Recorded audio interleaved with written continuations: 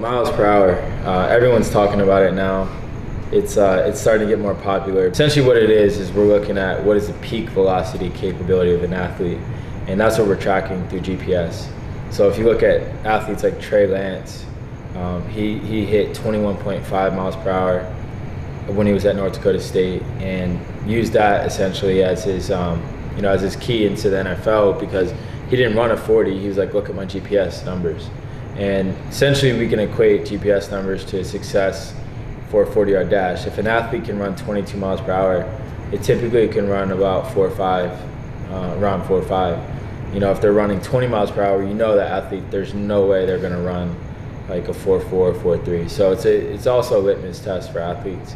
But the way we're using it right now is we're ranking athletes all around the world, and we're seeing like, what is your peak miles per hour? And it's the most digestible way for athletes all around the world to participate.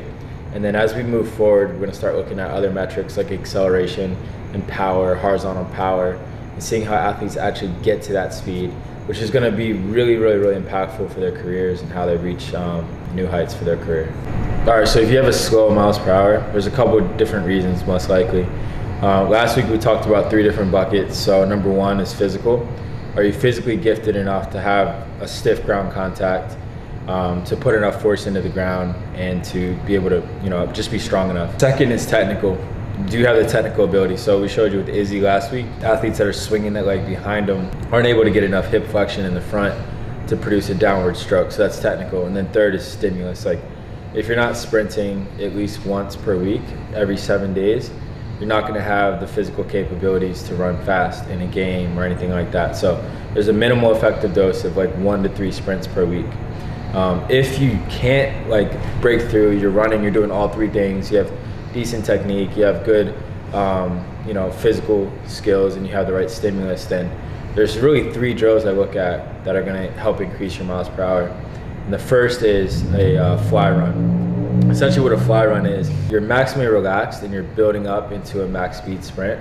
There's no acceleration phase in this. So you're building up, building up, building up. Every step you get faster.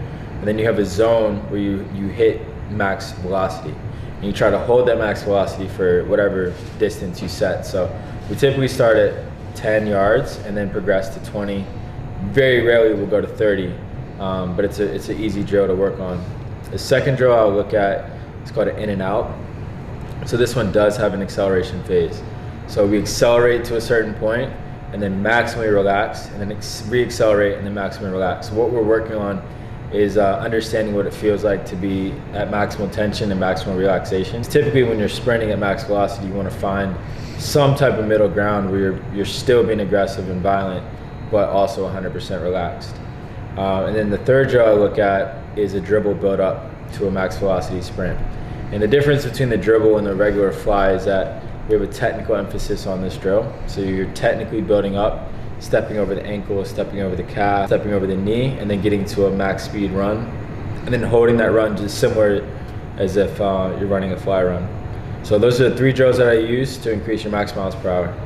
Thank you so much for watching this video. Drop a comment down below if you have any questions. Subscribe to the channel so you never miss another video.